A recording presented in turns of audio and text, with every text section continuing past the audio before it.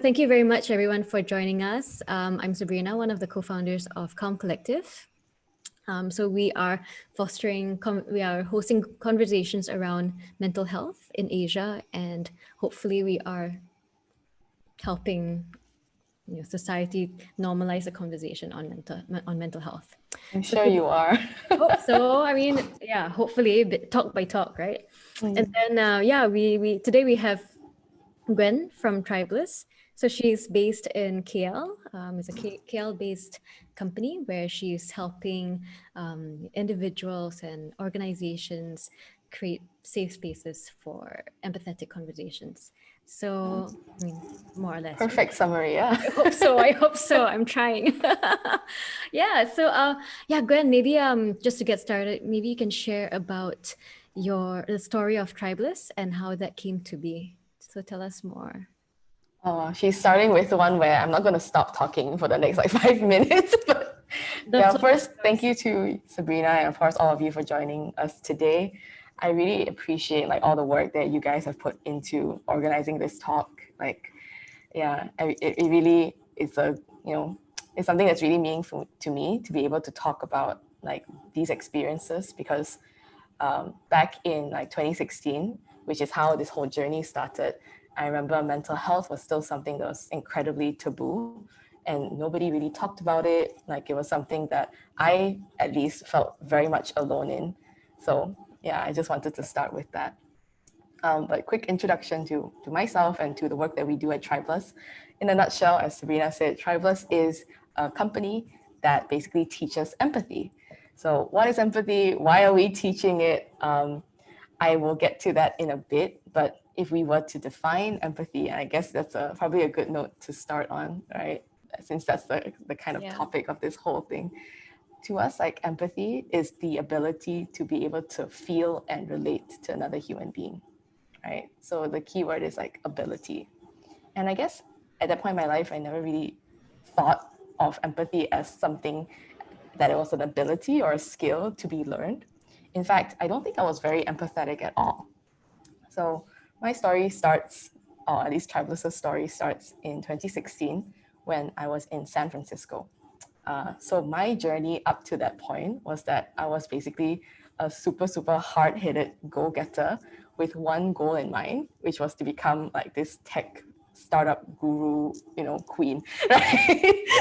So of course, Silicon Valley was the goal. And I think everything I had done in my life up to that point was really much focused on that. So I was obsessed with like tech and like, I guess making a name for myself, and relationships and, like taking care of the people around me was like the last thing on my mind. So there I was like thousands and thousands of miles away from home. And I was struck with probably the worst mental health crisis of my life. So I had depression, I had anxiety. I would kind of get, I guess now with the knowledge I have, I think it was probably like anxiety attacks when people knocked on my door. And it was a situation where I just felt like there was no hope at the end of the tunnel. And I was just stuck in this strange world so far away from home. And I started questioning, what was I even doing there, right? So that single-mindedness that had driven me that far was nowhere to be found. And I found myself questioning, not just my choice to move there, but also my identity. And, like, who am I as a human being? Like, if I'm not the girl in tech, if I'm not the girl in Silicon Valley, if I'm not the girl who, is going to IPO her company by like age 30 or whatever, like, then who am I? So it was a period of really, really terrible like thoughts and also isolation. And I think the worst part was that I didn't know how to reach out for help. So I didn't really have any concept of what it meant to talk about your mental health, to be able to, like start having those conversations, which is why I think the platform that you have is really incredible. Thanks, Gwen. So at that time, I had to make a choice of whether or not I would stay on in Silicon Valley or whether or not I would drop out of university that I was attending at that time and come home to Malaysia. So if you are from this part of the world, you would know that number one, dropping out is an absolute no-no. You are the bane of your parents' existence. And number two, it was a really unconventional decision, and it just compounded all the shame and guilt I already had about my mental health. So I was just in this situation. It was almost like a pressure cooker of like just feeling so much, and not being able to talk about it. So it all came to heat when one day, like about 6 months after I was like at home and like, just basically losing my shit in my room, uh, that I hosted a dinner party. And it was like a very random thing. I had a friend visiting from SF, and I was like, okay, I'm going to host a dinner party and I'm going to call it Tribeless.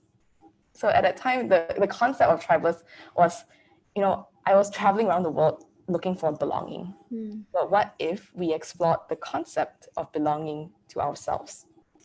So it was like based on this concept that I was organizing these dinner parties and bringing people together. And these people were strangers to each other. So they had never met before. The only connection to them was me. And even I wasn't like super close to everyone. And we were just like sitting around this table. I remember eating pizza. It was the first time in those 6 months that, I don't know, I just found the courage because of the theme of the dinner, which is like, like tribeless, no small talk, that I decided to open up about what I was going through for the first time. And somehow that space was so healing because people weren't, judging me. They weren't like trying to give me advice. They weren't trying to fix me, but they were just curious. Like they were asking questions. They were sharing their own experiences. And somehow along the way, I felt myself getting lighter. Like that whole experience that I had gone through didn't seem so overwhelming anymore. And I remember writing like this Facebook post at the end of that night saying like, wow, I really feel like I have found what I want to do for the rest of my life. So that's how Tribeless started. I won't go too deep into the details of like how we got to where we are now. But eventually along the way, we discovered that magic that was happening at these dinner parties was actually empathy, and it can be taught. So right now we're in the process of like becoming a training and education company, really figuring out like how to build curriculum around empathy skills so that we can actually teach it to people to practice it in their everyday lives. Yeah. So yeah. Cool. Wow. I said 5 minutes. I'm sorry. Yeah. No, it's really it's really good to understand your story and your personal journey, right?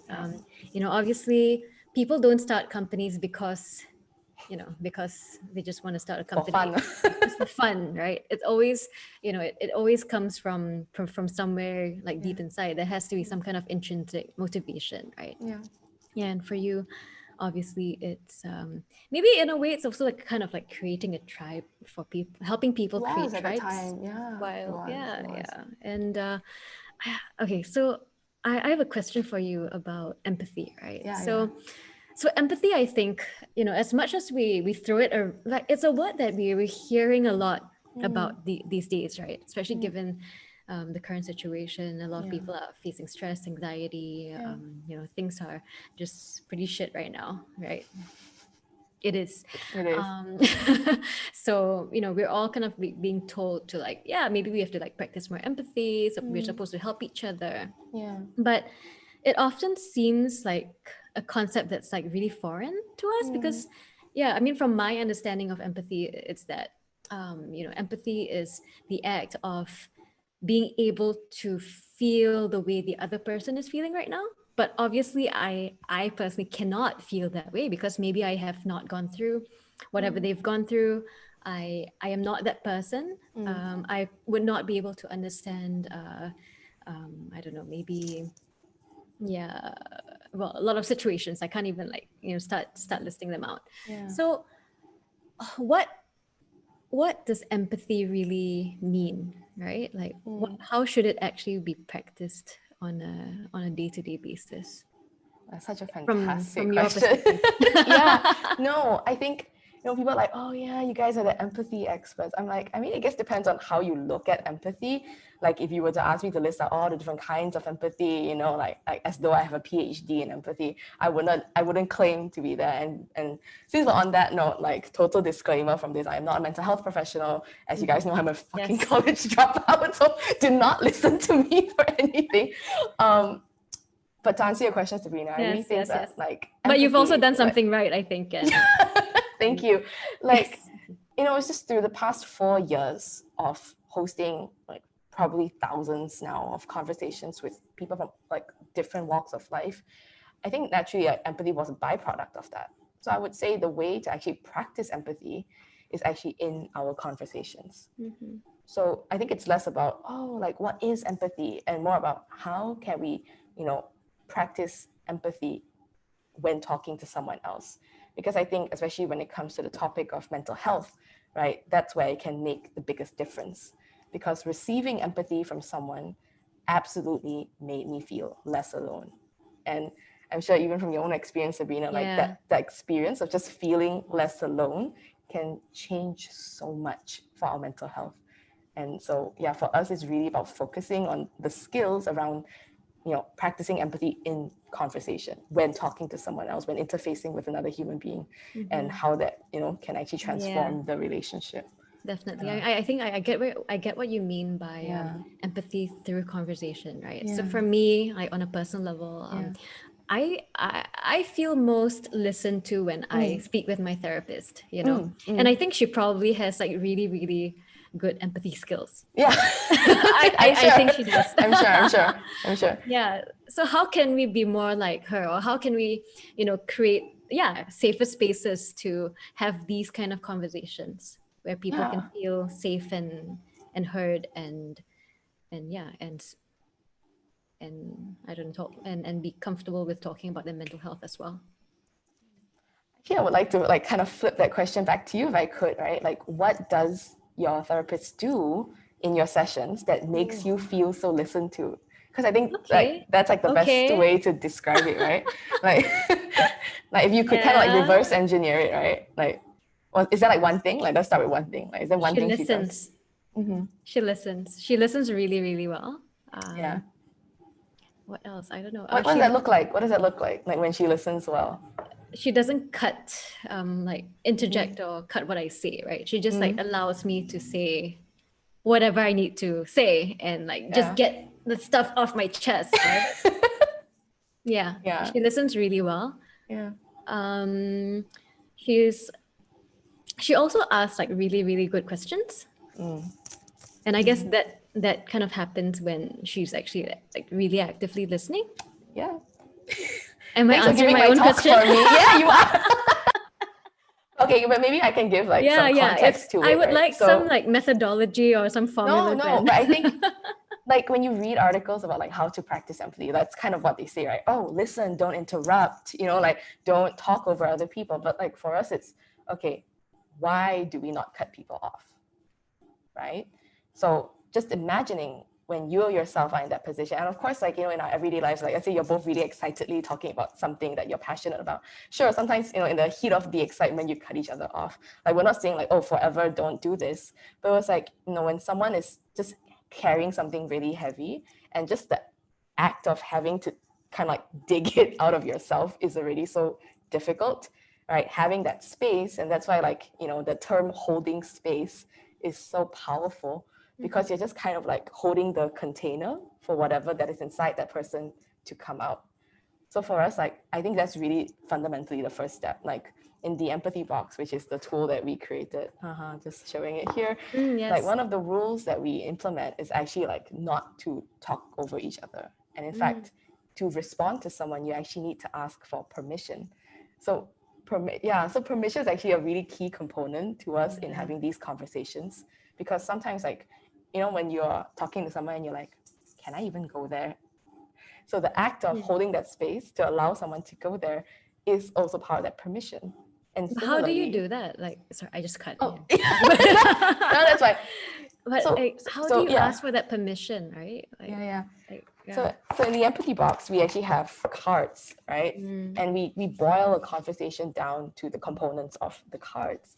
And so let's say the first card is show some love, right? And that's one of the empathy skills that we teach. So if I want to show you love, I can't even like, oh, Sabrina, I want to tell you love. Like, it's like, I just want to, it's like, I kind of just hold it up to my screen like this. But of course, like, if you're in person, you just hold it up and you wait for that person to acknowledge you, right? So if let's say you're like on a roll and you don't want to receive any responses at that time, you would just like ignore me lah. But it's like if you're like, no, I'm ready, right? Then you can just say like, yes, Gwen, what would you like to say? and that is the act. Yeah, it sounds so simple, like so deceptively simple. And like oftentimes in conversations, we read like body language, right? We read cues in other people to see like, have they stopped? Okay, I would like to chime in here. Yeah. And I find that, like, yeah, you can do that maybe if it's a one-on-one conversation or if it's like a really small group. But what if the group gets a little bit bigger, right? You're not able to pay attention to 5 people wanting to respond to you at the same time. Yeah. So what we do is really, like, I would say, building empathy on a group level, like on a kind of slightly larger level, where you really get that diversity of perspective, but you also really get to maintain that safety, where everyone else in the group is also kind of playing by these rules. And so like, okay, Sabrina has like 5 people listening to her, and 4 of those people want to respond, and you can actually see the different kinds of responses that they want to give you. So that also kind of makes you feel a bit safer in knowing what kind of responses you're going to receive. Yeah. Yeah, so it's kind of through that process that we Right. teach, the permission giving and taking. That means like every card represents like a certain type of behavior or Yes, response. exactly. And Yeah. then because you have these preset rules where you're like, okay, you're not supposed to cut the person off when they're talking, then everyone just kind of plays by the rules. Yes, Right? exactly. Yeah. Yeah. So can you tell me more about how you've been doing this for like virtual teams? Because I mean, like on a personal level, also I work with a team of like I don't know 7, and we're trying to figure out how we can build trust Yeah. amongst our Yeah. team, especially with like a few people who just newly joined us recently during this time, right? Yeah. So how do you do this? How have you been helping like Yeah. remote teams or remote groups do this? Yeah, definitely. So, I mean, obviously the empathy box. So, I mean, I didn't say that in my story, but the empathy box very much came out of the dinner parties that I mentioned, right? So I was hosting dinner parties, and then my friends and I at the time, Sean, my co-founder, and other friends, we were like, okay, there seems to be something here in that the format that we were hosting for these dinner parties translated really well to, over and over again to all these different contexts, like teams or like, like friends or family or schools, whatever. So we were like, okay, what if we kind of standardized it and turned it to something tangible? So that's how the empathy box came about. But of course, as everyone knows, COVID-19 hit this year. And we went from a company that was really pushing so hard for offline connection and, like, hey, let's ditch our phones, let's all come together and like, sit around and use cards and talk, right? Suddenly it was like, the only way for us to talk is on Zoom.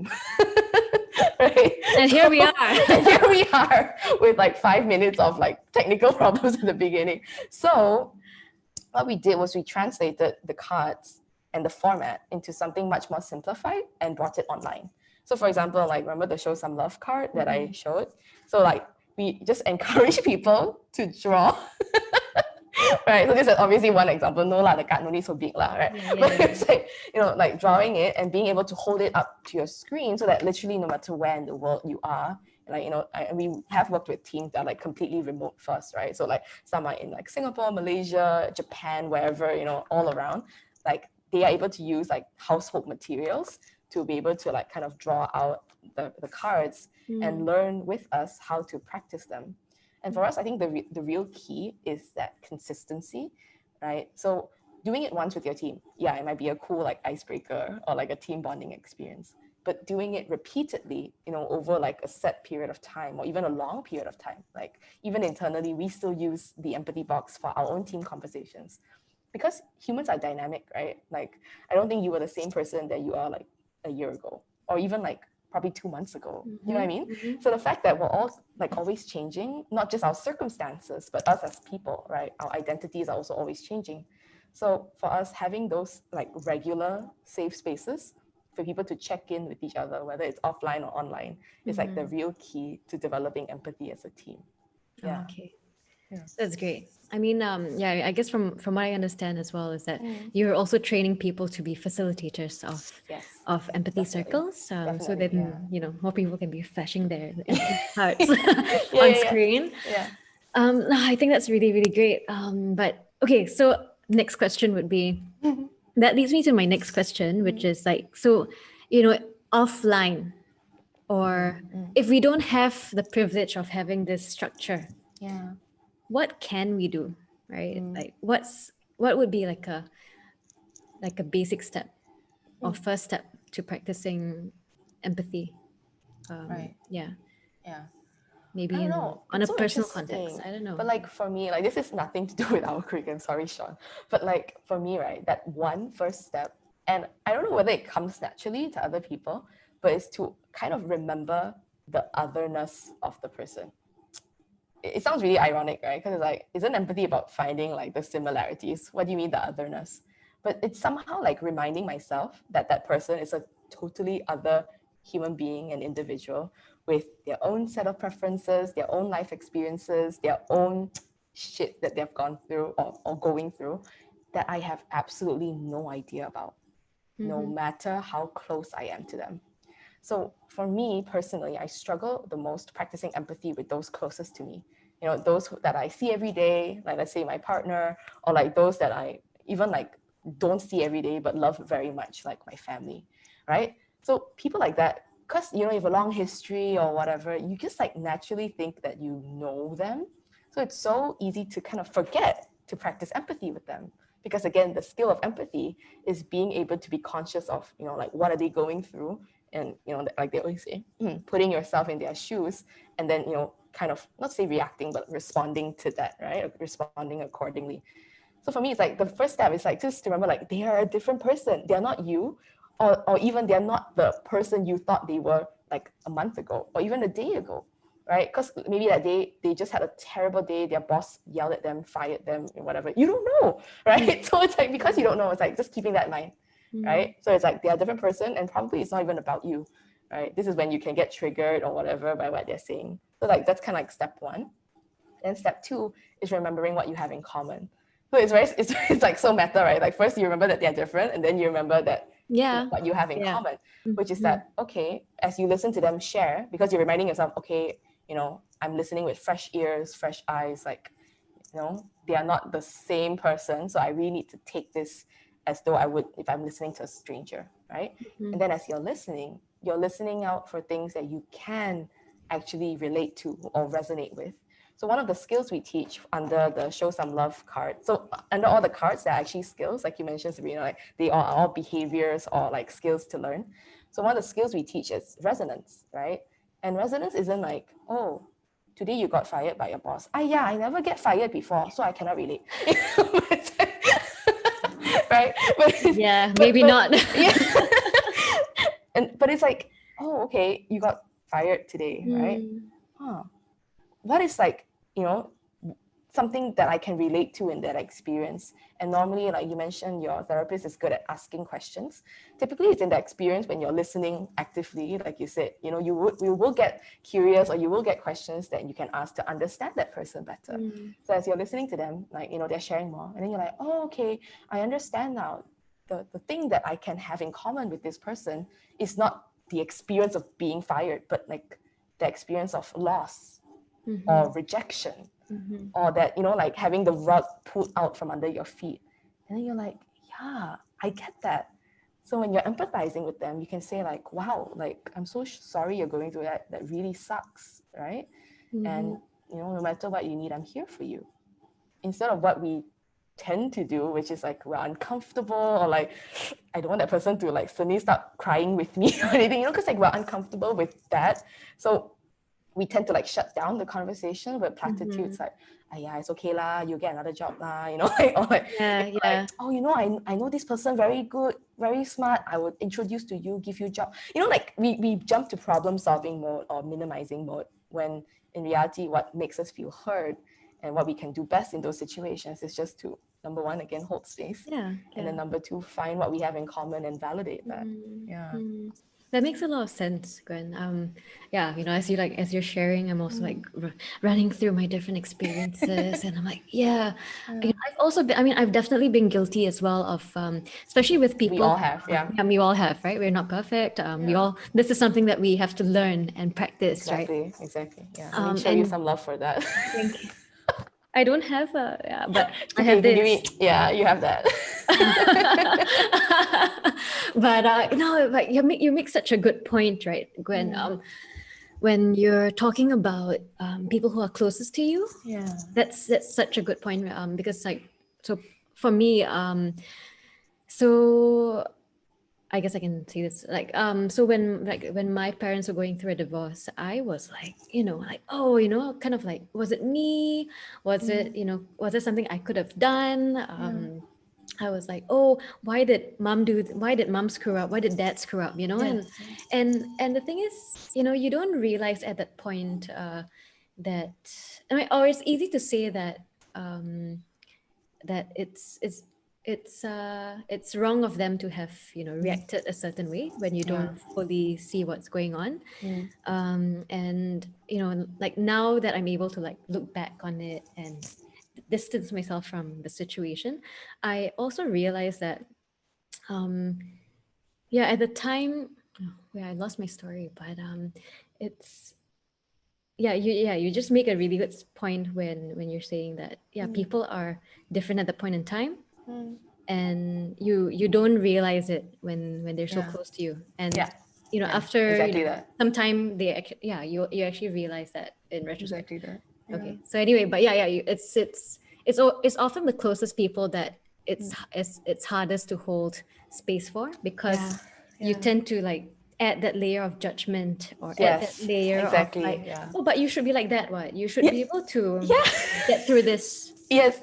Yeah, Or like you've gone through it before. you've gone Like through what it happened before. now? What happened, Yeah, right? Like what's wrong with you now? because Yeah. I saw that you went through this really well Yeah. the last time, but Yeah. why Yeah. can't you pick it up? Like, why can't you pick yourself up this time around? Exactly. Exactly. Yeah. Yeah, Yeah. yeah. Yeah. Yeah. So it's So hard yeah. for the closest people. Mm. Yeah. Wow. Okay. So I think let's move on to another question. Okay. So let's see. Oh, I'm just thinking here. Or if you have a question for me, you can also start. You mean like asking myself a question? No, I'm kidding. But yeah, I Yeah. do want to empathize with what you shared about your parents' divorce. Like my parents are also divorced, so that is a common experience that we both share. But also kind of recognizing that probably what you went through and what I went through is different, Oh, for right? sure. So if I So were to, that's right? actually a good point. Yeah. So Yes. even if you went through the same experience, like for example, my parents divorced when I was really young, but like young enough to feel it, but young enough to not know like what's going on, but old enough to feel the difference. Like old enough to feel it. Yeah. So sometimes like it's so easy, like, oh, okay, we went through the same experience, and then maybe like you yourself want to share, right? Because like, oh, finally someone gets me. But kind of also being cognizant that, oh, that other person is opening up about it, maybe even for the first time. And again, like permission, like checking in, like, wow, I went through a similar experience. All right, can I share that with you? And it's just sometimes like, it's almost like it's a meta discussion, right? You're telling that person what you want to tell them and getting their permission if they want to hear it. Because a lot of times we don't get that level of control in our conversations, which is what makes us feel unsafe. For sure. So if you're with a group of people who are not playing by the same rules in that sense, and you're like, okay, I want to talk about this, like let's say with my friends, right? Because I want to feel supported and I want them to know, but I don't know how they'll respond, right? I don't know if they'll take what I'm saying and like comfort me, or are they gonna like, like what you said, like, like say like, hey, last time you okay? Yeah. So I don't know. I think it's just something so interesting. Yeah. I mean, it's like the thing is like a lot of our natural responses actually may turn out quite hurtful, right? Or they just don't really work. Yeah. So I mean, I think you've shared some ways that we should definitely not empathize, right? Or how we should not be practicing empathy. I have another So question came. Yes.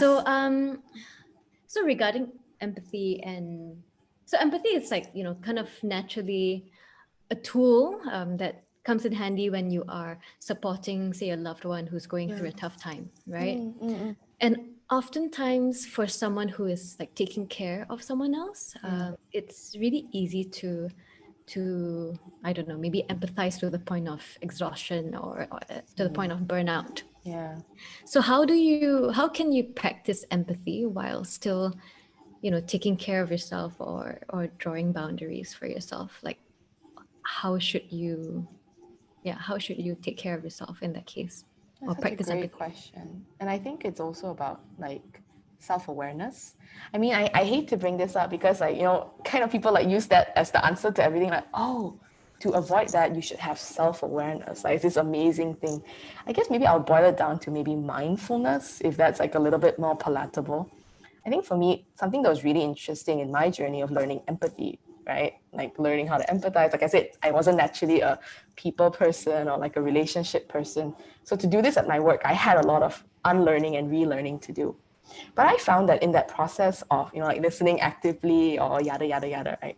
I was actually developing mindfulness. And what I mean by mindfulness is not the, like let me do yoga, let me do meditation. But it was like almost like being aware of what my baseline is at that moment and how much I want to give, like you said, like how much I want to give, how much I want to hold space for someone, and what my limits are. So there have been several occasions, right? And I'm sure you guys can also empathize with me on this, where you're like, oh my God, like I really want to be there for my friend, or I really want to, just tough it up lah, right? Just suck it up and hold space for them. But I also know that it would impact me in so many different ways, right? Whether at my own work or in my own life, or maybe even in my relationship with that person. I mean, so many times, like I would say, even in my own relationship with family or friends or even my boyfriend, where, I tried so hard to be strong and, like hold space or whatever, practice empathy, knowing that I was like giving from an empty tank and it totally backfired, right? And like we were just so tired because we were like, none of us are conscious because that person is like already like in shit, right? And then you also have your own shit that you haven't dealt with. And instead of dealing with my own shit, I was like, okay, I want to like help you or whatever, and it just made things worse. So I think kind of the first step, if I can like recommend anything, is just really like get good at checking in with yourself, like get good at like just being aware what your baseline is. And yes, you will mess up probably like 5 times or 5,000 Or times more, yeah. or more. Like one time or 5 times or 5,000 times, and that's okay, because I really think that everyone's different, everyone is unique, right? I can't stand up here and say like, oh, it only took me 2 years, so it should take you the same amount of time. Like, everyone is different. So like the only thing I can say is like listen to yourself. I think we also talk a little bit about like self-empathy. So in that way, it's true, right? Like you can't empathize with someone else if you're not empathizing with Yeah. yourself. There've been so many times in my team where they tell me, Gwen, the best thing you can do right now is take care of yourself. And I couldn't brain that. I was like, what do you mean? Like, there's so much to do. There's like, people to talk to. Like you guys are suffering, and they're like, yeah, but like we can deal with our own shit, and you need to deal with your own shit. It took me so long to realize that like, Right. oh, actually, yeah, like part of my job is actually to learn how to take care of myself and listen to myself and know what my limits are. And then once I'm aware of that, then I can actually start practicing, empathy toward other people. And it actually came a lot more easily once I was able to, kind of be aware of what my own limits were and what my own needs were. So Yeah, so in a way, you don't actually have to wait to practice mm, empathy onto someone else, yeah, right? yeah, You yeah. don't have to show empathy to someone else, but you can actually practice it for yourself. For yourself. Yeah. And I mean, I think the idea of like holding space for someone else, non-judgmentally, and Yeah. the act of just listening and asking questions, Yeah. you can also totally do that for To yourself. yourself. Exactly. Yeah. It Yeah, you took me can so hold space long. for yourself. Yeah. To learn how to like journal without Yeah. judging what I was writing. Yeah, so it's definitely a process, right? Because I can imagine if you even judge your own journal, right, which is kind of like Yeah. the act of you telling stories to yourself, right? Of course lah, you're going to judge, when your family and friends are telling stories to you. So it's like if you want to get good at empathy, yeah, you're right. An easy way to start is actually, like doing it to yourself. And I think a Yeah. good question is asking why, right? So if you're writing, and there was literally times where when I first started journaling, I think this was about 2 years ago, when I was journaling and I was like judging myself for what I was writing, I actually asked myself why. Like, why am I so uncomfortable with, the fact that I just wrote that? Or like, why am I so, judgy about myself, or, like not having a journal habit, or, like not being able to sit down and, just be with myself. Like there was a period of time where I just couldn't be alone. Wow. So it's like, yeah, all these things, like just like asking yourself why, and then Yeah. creating the space for the answer to. Yeah. Do you give yourself time to just journal or ask yourself why or what's going on? I think this is like kind of veering into the act of self-care, right? Which I think Yeah, that one is we're going another into 1 hour. that's yeah, for the next talk. For That's the next talk. maybe the next talk, or if you guys want, can request. But like, I mean, like, yeah, if I can wrap that up, it's Yeah, like just a quick one. learning to, again, like listen to my body. So it sounds really weird, right? Like, what do you mean by listen to your body? But there really are days where like I don't feel like journaling. I don't feel like digging deep. I don't feel like doing yoga. I don't feel like That's working out. totally fine. And that's fine. Yes, Exactly. yes. Right? And if you want to practice empathy for that, then again, you can ask yourself why. Oh? And then there were so many times where it's like, oh, I don't want to because I'm just tired. And then Right? you just have to Or rest. like, Go sleep. exactly. It's like life can actually be so simple, but because again, we're not taught this, or we're taught like whatever lah, hustle culture lah, productivity lah, Get all work the from paper, home, all the whatever. certificates. Yeah, Move up the ladder, Movement, whatever career. Yeah. Yeah. So Join yeah, the red but race. actually, yeah. Yeah. Okay, well, Gwen, I think we've we've had a lot of good stuff from you today. Thank you. And I hope we've so. also, yeah, and thank you so much for sharing your story and sharing more about like Tribeless's approach to empathy and all those great insights with us. So we have some questions from our audience. Let me ask you one of them. Okay. Oh, this one is this one is quite interesting. So if you're talking to one of your friends and they're obviously not listening, how would you respond? Especially if you already asked them to give you Such a some great time to question. talk about it. Yeah. If they're not listening. Yeah, this is like where I talk about like being able to be candid while being kind. I see it that way lah, right? It's not always like, we have to be like passive aggressive or like, oh, wait, I already asked you to listen. Why you're not listening to me? Like we don't actually have to talk that way, even though we do feel that way inside, right? So first of all, I want to empathize with you. Like that fucking sucks when you're talking to someone and they don't want to listen to you, right? I know I'm guilty of that all the time, right? But I also know what it's like to be on the receiving end. So yeah, just want to again say like a lot of love. That sucks. But it's like if it was me, right? How I would do it is literally just saying to that person like, hey, I noticed that I want to tell you this, right? But it doesn't seem like this is a good space for us to have this conversation, right? Like you don't seem like you're ready to have this conversation with me. So, can we have it another day? Or or maybe asking that person back, like, what's up with you? Because it can be the case where, sometimes we are the one in need of empathy, right? We want someone to hold space for us. But it also could be that that friend is also suffering in their own way. So something that I always like try to practice is like, again, like, seeing the otherness, right, in that person. So it's like, okay, something is going on there, right? I might want them to be like this perfect listening ear, because I would do that for them. They should do that for me. But it's also kind of recognizing that person for who they are, in the sense of like, oh, okay, like they're not in the space, or like maybe they never were in the space, or like, I don't know, right? Or not yet. Like, Not yeah, yet. Not yet. They haven't gone through the empathy box training yet. Yeah. But it's like just the concept of like, just acknowledging like you notice what I did, right? It's like kind of calling it out, but in a nice way, in a way that kind of hopefully makes that person feel seen. Because a lot of times when people did that to me, I was like, oh, I didn't even realize I was like interrupting the conversation, or like that I wasn't listening quietly, or whatever that you want. So sometimes like just like articulating our needs and just telling the person like, hey, I want you to listen, right? And sometimes that's enough. But if it's not enough, it's like, okay, I want you to listen, but it doesn't seem like you're in the space to listen. Yeah. So do you need a break, or shall we talk another day? Yeah, exactly. No, it makes sense, because I mean, often like sometimes like I've been guilty of this completely. Like I'm like, so I've asked you to meet me and now you're looking at your phone, like super passive aggressive, right? Yes. You mean Instagram is more interesting than my problems? So I think it's it's a really good suggestion that you've brought up, like just being able to also like kind of hold yourself back from saying all these naughty things. Mindfulness again, right? So it's like practicing mindfulness and just trying to understand that, oh, maybe that person's just not in the space right now. Not in the space right now. To give you that space. And that's okay. And that's okay. Yeah. So then that was helpful, anonymous. yeah, so that's with our friends, right? But I think it's even harder when we have to show empathy to our parents, because normally your parents are, we grew up, especially in our culture, right? Yeah. Our parents are our seniors, our elders, Yeah. and we have to like completely respect them. Mm. But if our parents are facing something that is really difficult, like losing their job, for example, like how should Yeah. we respond to or how can we show empathy towards our parents?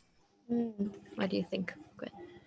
Yeah, I think, with our parents, it can again get a bit tricky because about the whole thing about like our needs versus their needs, right? So as children, like all we want is to be heard and understood and cared for by our parents. So it can feel really weird when the roles kind of have to be reversed, where we have to be the ones holding them, right? And saying like, okay, like what's wrong? Like, like you share with me so that I can be there for you.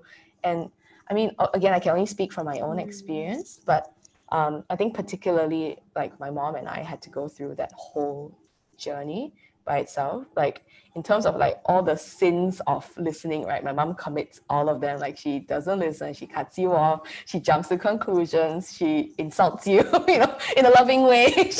Yeah, I think you all know lah, hashtag Asian parenting. So it was a really, really, really long process for me to, get to a point with her where number one, she feels comfortable opening up to me, first of all. Because can you imagine, guys, like we sometimes feel unsafe talking to our parents, right? Yeah, Actually, our parents also feel unsafe talking to us. probably even more, right? Even yeah.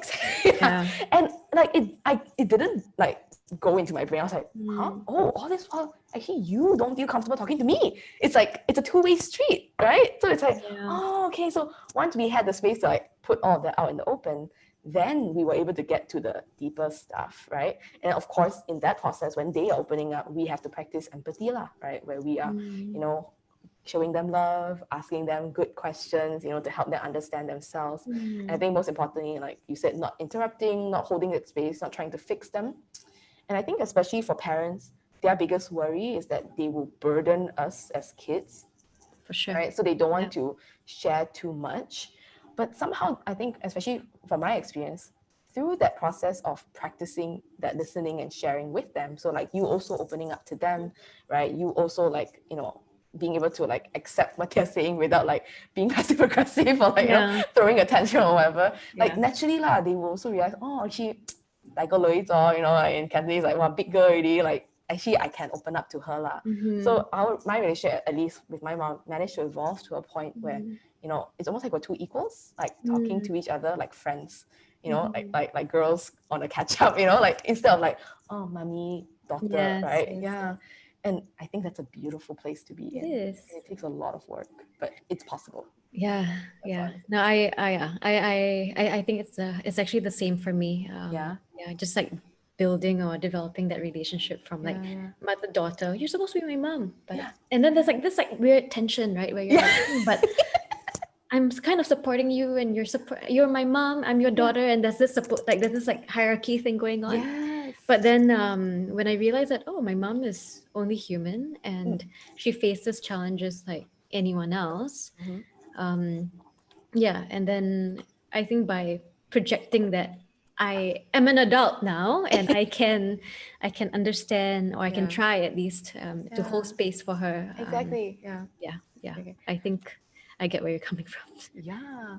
It's like if we can sum that up what you said, right? It's like our tagline at Tribus is see the human first. Yes. And then we can see it. So it's like, like you said, exactly what you said, like learning to see your parents as human. Like they are individuals, they are people, and like being able to just let them express themselves as that individual instead of from the aspect of the role, which is mother or father, right? Parent. Yeah. And that's like often very hard to overcome, right? Extremely The expectation and the expectation of their roles that they're supposed to play. Yes, exactly. Yeah. Okay. Next. So okay. So all right, from our point of view, okay, what can mental health professionals do to be more empathetic? So Gwen, I'm not too sure if you saw any mental health professionals during your recovery journey. No, unfortunately, yeah. So everything that I can share is either from like what's it called? Like third party experience, which is like my friends who have gone for therapy, or yeah, we do actually have psychologists and counselors Okay. who purchase Wow. who purchase the empathy box, like to use it either in their own work or even personally, like with their own friends and family. So I would say, like, in general, I don't think this necessarily only applies to counselors, and please correct me if I'm wrong, if I'm not painting a correct picture, but it's like one thing I never really could brain about the like therapy experience is, again, correct me if I'm wrong, right? Because Sab, you have been for therapy, is Yeah. that the counselor or the therapist, whatever, is not supposed to bring in anything personal to the table, right? And I totally get why, because it's like about not projecting or whatever. But I don't know, like in my experience, right, it's so empowering to listen to whoever you're sharing with, share something personal that just helps you feel less alone. And it's about that rapport building process where it's like, yeah, like you don't have to share so much lah, but just like, like say I'm going through, whatever, a divorce, and like just having your therapist say like, yeah, I know what it's like to lose someone you love. Like, just something like that. Like, I don't know, it just, instead of like, why do you feel that way? Again, I could be totally wrong. Like, it could be a very like skewed way of looking at therapy. I don't know. But it's like, I'm like, yeah, why can't we just be human with each other, right? Like, you don't need to tell me your whole divorce story, but it's like, just you telling me like, yeah, I know what it feels like. Like I've been there. Yeah. So I mean, I guess yeah, I mean, personally, I have to admit that I've always been very curious about, my therapist's life, like the life of my mental health professionals that I see. But I mean, at the same time, it's also, I think I don't necessarily have to hear about their lives, but also I just want, like, I think what I personally would want is like, I just want case studies. So like if they can share a story of maybe someone else that right. they've seen, or like a case that they've heard about, or Yeah. someone that I can read about, Yeah. that would actually help a lot. And Mm. I think because of that, right?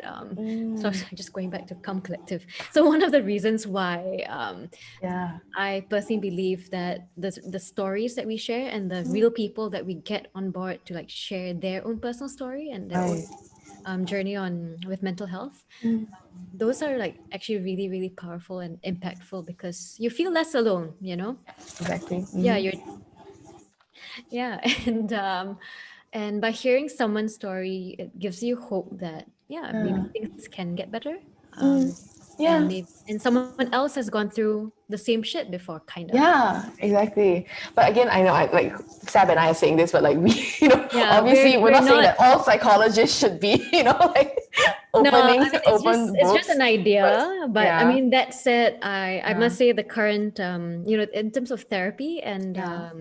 and mental health, like different like the so I think in the realm of mental health there are like lots of different approaches from what Yes, I understand. yes, yeah, And at the end of the day, it's also about finding what works for you if you're yeah, someone who's going through yeah. your own challenges. Absolutely, yeah, But as Gwen yeah, mentioned, we're neither of us are mental health professionals. We've only had lived our own personal lived yes, experience, so we can exactly, see whatever yeah, from that. yeah.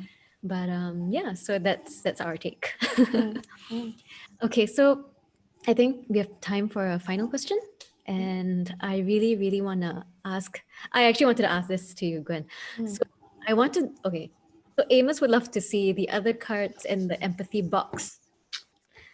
There were okay, five okay. cards, but you have only been showing us all Right, the love. right. I mean, guys, it's so important. Okay, show love, Love is but important. love is love.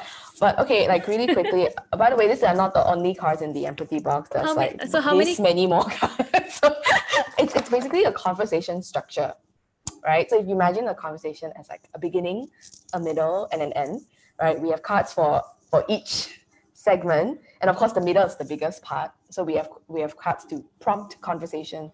We have cards to specify like what topic you want to talk about. So I think a lot of things that let's say in the topic of mental health, right? A lot of the questions that we hear is like, oh, when I go to therapy, what do I know what to talk about? Like how do I know like something specific I want to talk about? So we actually have cards for that as well. But specifically for the response cards, which is kind of like what our, a lot of our training is based around. The first card is show some love, right? And this is basically like the scale of resonance and appreciation. So just being able to say like, Thank you, Sabrina, for sharing. Like, how often do we do things like that, right? And resonance, like we talked about, like, oh, being able to find like the common, emotional experience instead of like, oh yeah, I never get fired before, like, but like, oh, okay, it's about loss, it's about rejection, it's about, yeah, and then being able to empathize on that. So that's the first one. And then the second is help me understand, which is about basically questions and assumptions and clarifications. To us, this is a skill of curiosity, right? So how do you listen, like you said, Seb, like listen actively so that it generates, questions that actually help the person go deeper. And for like follow-up questions, So follow-up questions are like based on what the person has shared, right? That allows the person to go deeper into what they are sharing. So it's like permission almost, because you're curious, you're actually asking questions, right? So the person's like, oh, okay. And it's also the art of asking questions. So if you say like, why you do that, Sabrina? Sabrina will be like, I don't know. But if you ask Sabrina, it's like, so what was your experience when you were going through that, right? Like what motivated you to do that? Do you notice? Like it's so different, right? It's an open question. Yeah, it's like more open-ended, more like, so like that's also the art of that, right? So that's the second one. And then third is share an observation. So we call this ABC, actions, behavior, and characteristics, like character traits. So for this one, right, it's like the difference between observation and judgment. So, so often we jump to judgment, right? So it's like, oh, okay, I see how you look, I see how you dress, or whatever. So I jump to a certain conclusion. But observation is grounded in facts. So what can you see? What can you observe about their actions, right? So actions are like maybe like body language and such, behaviors, or even like facial expression, like the words they're saying, like maybe certain patterns that you notice in, oh, they seem to keep talking about this story. I wonder why this story is so important to them. Like things like that. And even character traits. So like things like, oh wow, it's like so courageous of you, Sabrina, to share that. I think it's like what a really strong character trait of yours is like, courage, right? So like things like that, like helping the other person see things that they themselves may not have seen. Yeah. And the fourth one is offer an alternate perspective. Right, so this perspective. So this is the one like most people fuck up because like perspective for us is about personal experience. So it's grounded in personal experience versus advice, which is like, oh, I think you should, or like, so anything that we normally say, anything that's like could, should, would, like, but then have you considered, or like all these kind of things. Those are the things that we find not how to explain, not suitable for pushing the conversation forward. Yeah. So instead, if you ground it in your personal perspective, so it's things like, okay, I've gone through this, right? Or like, this is how I see a situation. It's like grounding it in the I, and it's not like you own it, you're sharing it from your perspective. And remember, like just now we talked about asking permission as well. So it's like, I would like to share with you, a story from my own life. Is that okay? Right? So just checking in. So if you notice, it's a sequence, right? This card is like one of the last cards. And that's because if we don't show love first, ask questions and ground what we share in observations, normally perspective is very hard to land. So that's when people are like, why when I share things with that person, no one listened to me? Like, there's a reason for that, because once you've built rapport, right, and then you've actually asked questions to understand better, and then whatever that you share in your perspective is actually grounded in an observation, whatever you share lands a lot better. So this comes in the form of like feedback, or like when you actually want to offer something that maybe changes that person's mind. Of course, we don't really encourage that, because you can't really change anyone's mind. But when you just want to offer something new, right? A new way of looking at things. Like there's a sequence to it. Of course, the last one is wild card, which is basically like if anything doesn't fall in the first 4 categories, you can play the wild card. So this has ranged from a hug all the way to like an offer. So like, like Sab, like I noticed that you like journaling. So it's an offer that we can be journal buddies, like something like that. All the way to I want to go toilet. So it's like everything in one. Yes, yes, yeah. Yeah. It's open for anything, right? For anything, yeah. Yeah. So those are the 5 cards, Yeah. and yeah, they are in a sequence. It's So really if you cool. ever need a framework, in your own life Yeah. on like what to practice, what sequence to talk to someone in, yeah, these are the 5 cards. And I really like that you have the go wild card. Because it's like, yeah, there's like the framework works really well, but then there's also lots of other ways to also show empathy Exactly, or to exactly. like receive empathy as well, Yeah, right? yeah. Like some people may want to hug, some Yeah. people like maybe not. No. Don't touch me, Don't or touch me. but some people, yeah, might want to give a gift or Yeah. spend time together. So that maybe relates to like the idea of like love languages as well. Yeah, actually, yeah. Lots of concepts. A lot of concepts. But yeah, I think that's about it for today. I think we're over time also, right? Yes, yes, yes. Oops. And I'm really, really glad that everyone stuck around to watch and to follow along our discussion. So thank you very, very much, Gwen, today for your time. And final thing, how do we get the empathy box and how can we join an empathy circle? Can you tell us? Yeah.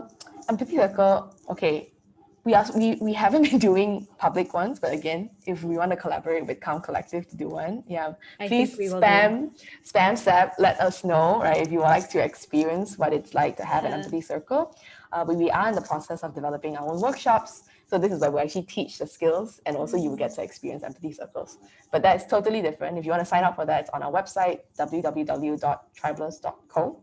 But for the empathy box, it also has its own website, www.empathybox.co. So Okay. yeah, as in .co, right? I'll put all this. Oh, Yeah, I'm doing it.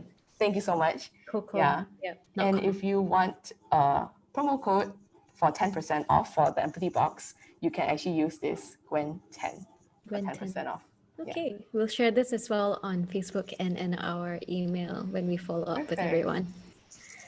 Okay, thank you so much, everyone. Gwen, and thanks everybody for joining us and spending your Wednesday night with us. Really, really appreciate this when you could be running around and living your Well, life. Malaysia just extended. Oh, Not no Malaysia, but like, way. yeah, just KL. Yeah, because the cases are Uh, going up. So we should just extend it until like November yeah. So maybe everyone here is 9th. actually based in Nothing to do. It's like, extended now. Oh no. Well, if you're in Singapore or anywhere else where you can actually be roaming free, thank you for Yes. joining in. Thank you. Otherwise, follow us on comcollective.asia for our next talks. We're going to be doing one on men's mental health on the 11th of November. And yeah, there'll be more as well coming in. And hopefully we can organize something together with Gwen in the coming months. So you can all join the empathy circles together. All right. Thank you very much. Good night. Thank you, everyone. Good night. Bye.